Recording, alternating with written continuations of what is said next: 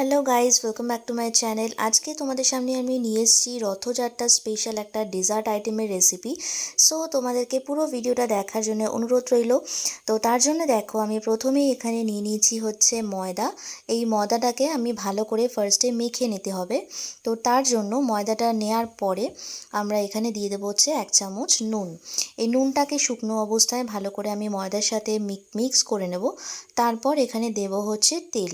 এখানে আমরা refined oil use করেছি। এই তেলটা কিন্তু আমরা পরিমাণ মতো দেব, যতটা আমাদের ময়ামের জন্য লাগবে। ময়ামটা কিন্তু ভালো করে যদি না দেওয়া হয় তাহলে কিন্তু এই রেসিপিটা পুরোপুরি একেবারে হবে না ঠিকঠাক করে।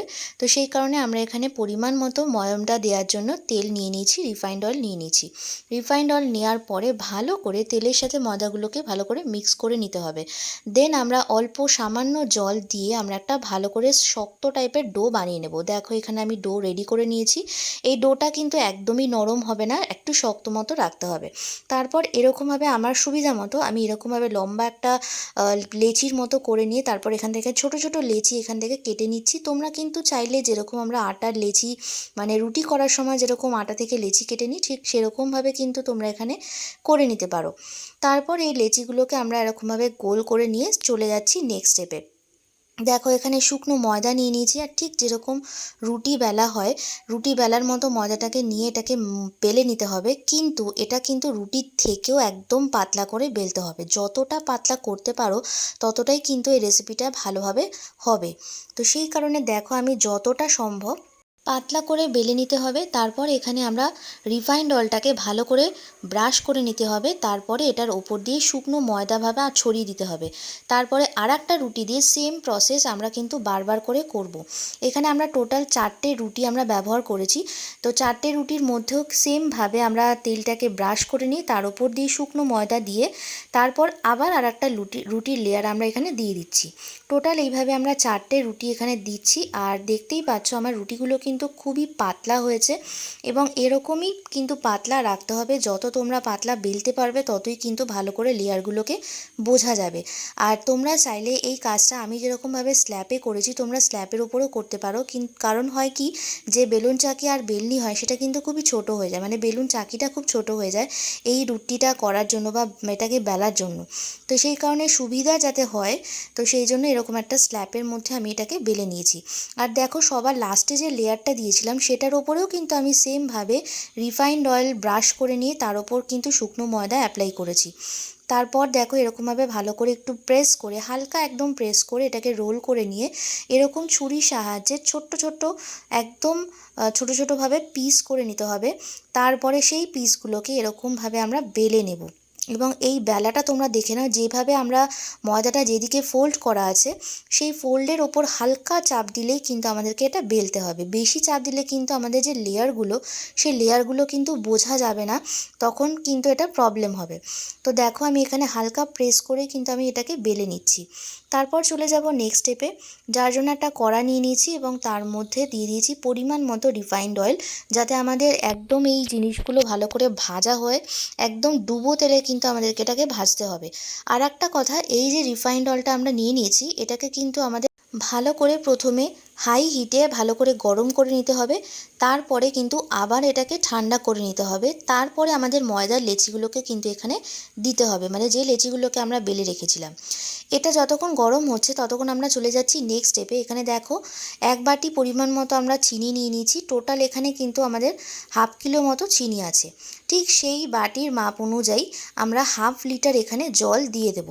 এই হাফ লিটার জল আর হাফ বাটি চিনি এটা দিয়ে আমাদের একটা চিনির শিরা প্রথমে বানাতে হবে। তবে চিনির শিরাটা কিন্তু একদম পাতলা রাখলে চলবে না, একটু মিডিয়াম যাতে থাকে, মানে একটু গাঢ় টাইপের যাতে হয়, এটা তোমাদেরকে দেখতে হবে। সো একদিকে যখন আমাদের চিনি শিরাটা রেডি হচ্ছে, তো আমরা চলে যাচ্ছি নেক্সট স্টেপে। দেখো এখানে আমি তো বেলে বেলে রাখছিলাম আর আমার মা এই কাজটা ভাজার কাজটা করছিল। তেলটা কিন্তু গরম করে নিয়ে আমরা ঠান্ডা করে নিয়েছিলাম। তোমরা দেখেই বুঝতে পারছো যে ঠান্ডা তেলে দিলে কিন্তু এরকমভাবে কোনো রকমের বাবলস ওঠে না। তো সেই কারণে যখন তোমরা এটা দিয়ে দেবে তারপরে কিন্তু আস্তে আস্তে দেখতে পারবে যে তেলের যে নর্মাল টেম্পারেচারটা আস্তে আস্তে তখন কিন্তু আবার গরম হতে শুরু করেছে। আর দেওয়ার পরে এটাকে হালকা করে একটু একটু গোল গোল টাইপের ঘোরাতে হবে, মানে কড়াটাকে ধরেই ঘোরাতে হবে, তাতে এটা ভালোভাবে তেলগুলোকে কিন্তু ভেতরে ঢুকবে এবং ভালো করে স্প্রেড করতে পারবে। আর দেখতে পাচ্ছ তারপরে কিন্তু আমরা আবার গ্যাসের ফ্লেমটাকে জ্বালিয়েছিলাম, মানে গ্যাসের ফ্লেমটা মিডিয়াম হিটে রেখেছিলাম যাতে আমাদের ভালো করে ভাজাটা হয়। দেখতে পাচ্ছ একদমভাবে আমরা মিডিয়াম হিটে রাখা আছে। আর আস্তে আস্তে কিন্তু তেলটা গরম হবে। যতক্ষণ তেলটা গরম হচ্ছে আমরা পরবর্তী স্টেপে গিয়ে মানে বাদবাকি যে লেচিগুলো ছিল আমরা সেইগুলোকেও আমি রেডি করে নিচ্ছি। আর এই দিকে আর একটা গ্যাসে আমরা দেখো চিনি শিরাটা কিন্তু অলরেডি আমাদের আস্তে আস্তে রেডি হয়ে যাচ্ছে। আর এই যে রুটিটা আমরা বেলছি, মানে আমি রুটিটা যে বেলছি কতটা ট্রান্সপারেন্ট হচ্ছে, কতটা পাতলা হচ্ছে সেটা তোমরা দেখেই বুঝতে পারবে যে স্ল্যাবটা পর্যন্ত কিন্তু আমাদের দেখা যাচ্ছিল। তোমাদের একটু ভালো করে কাছ থেকে দেখালেই তোমরা বুঝতে পারবে যে এতটাই পাতলা কিন্তু আমাদের বেলতে হবে।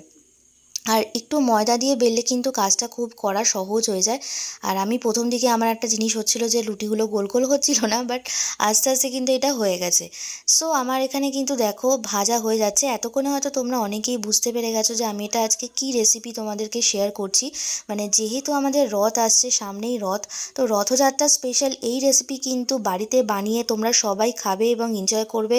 আর বাড়িতে যদি কোনো গেস্ট থাকে তাহলে তো তাদের জন্য তো এই রেসিপিটা মানে খুবই ভালো একটা রেসিপি হতে পারে। সো দেখো আমার এখানে এটা কিন্তু এরকম ব্রাউন টাইপের ভাজা হয়ে গেছে, এটা গোল্ডেন ব্রাউন মতো ভাজা হয়েছে। এটা আমি আরও একটু ভাজবো কারণ এটা একটু ব্রাউনিশ টাইপের দেখতে হয়, তো সেই কারণে। আর গ্যাসের ফ্লেমটাকে কিন্তু একদমই হাই হিটে করা যাবে না, তাহলে কিন্তু ভাজাটা ঠিকঠাক করে হবে না আর এটা কিন্তু পুড়ে যাওয়ার সম্ভাবনা থাকে। আর ততক্ষণে আমার এখানে চিনি শিরাটাও ভালোভাবে হয়ে গেছে। চিনি শিরাটা কিন্তু তোমরা বারবার করে দেখে নেবে, মানে আমিও যেরকম করছিলাম আমি বারবার করে দেখে নিচ্ছিলাম যে চিনি শিরাটা পারফেক্ট হয়েছে কি না। বিকজ চিনি শিরাটা যদি ভালো না হয়, ঠিকঠাক করে না হয়, তাহলে কিন্তু রেসিপিটা পুরোটাই একেবারে ভালো হবে না, একদমই টেস্ট হবে না। সো তারপর আবার দেখো আমি এখানে গ্যাসটা অফ করে দিয়েছিলাম কারণ এটা আমাদের নামিয়ে নেব, মানে আমার ভাজাটা হয়ে গেছে, তো সেই কারণে গ্যাসটা অফ করে দিই। যতক্ষণ গ্যাসের যে ফ্লেমটা থাকে, তেলটা যতক্ষণ গরম থাকে ততক্ষণই কিন্তু এটা আর একটু ভাজা হয়ে যায়। আর তারপর দেখো আমি পরের যে লেচিগুলো করেছিলাম সেগুলোকেও আমি ভালো করে কেটে নিচ্ছিলাম এবং বেলাটা তোমাদেরকে আরেকবার দেখিয়ে দিই, খুবই ইজি স্টেপ। আর এই যে ময়দা যে ছড়ানোর ব্যাপারটা, অনেকে আছে যে ময়দা না ছড়িয়ে শুধুমাত্র তেল দিয়ে বেলো, তাহলে কিন্তু লেয়ারটা খুব একটা বোঝা যায় না। ময়দা যদি ছড়ানো হয় তাহলে কিন্তু লেয়ারটা একদম ট্রান্সপারেন্ট হয়ে ভালো করে বোঝা যায়। দেখো এখানে আমার ভাজাগুলো হয়ে গেছে। আমি পরের যে লেচিগুলো করে রেখেছিলাম সেগুলো আমি এখানে দিয়ে দেবো এবং এখন কিন্তু দেখেই বুঝতে পারছো এখনও কিন্তু তেলটা আমার ঠান্ডা হয়ে গেছে। তো তারপর আবার আমাকে তেলটা আবার গরম করে তারপর আমার বাদবাকি জিনিসগুলো ভেজে নিতে হবে। এখানে দেখো আমি ভেজে নিয়েছি বেশ কয়েকটা, তার মধ্যে তোমাদেরকে একটা ভেঙে আমি দেখিয়ে দিই কতটা ক্রাঞ্চি হয়েছে। दिखा देती हूँ। देखिए कितना क्रंची हुआ है, देखो এরকম করে ভেঙে দেবে দেখাই। ওকে, সো দেখো আমার এখানে সবকটা ভাজা হয়ে গেছে। এবার আমি এটাকে রসের মধ্যে চোবাবো। আর রসটা কিন্তু আমাদের একতার বা দুই তারের রসের হবার কোনো প্রয়োজন নেই, জাস্ট রসটা একটু গাঢ় হলেই কিন্তু আমাদের এটা পারফেক্টভাবে হবে। আর এরকমভাবে উলট পালট করে দিয়ে আমরা মানে জায়গাটা যদি তোমাদের ছোট থাকে, আমার জায়গাটা যেমন শর্ট ছিল, তো আমি এটাকে ভালো করে মিশিয়ে তারপর আবার আর একটা বাটিতে ট্রান্সফার করেছিলাম। আর ঠান্ডা হয়ে যাওয়ার পর দেখো এটা অটোমেটিক্যালি এরকমভাবে জমে যাবে।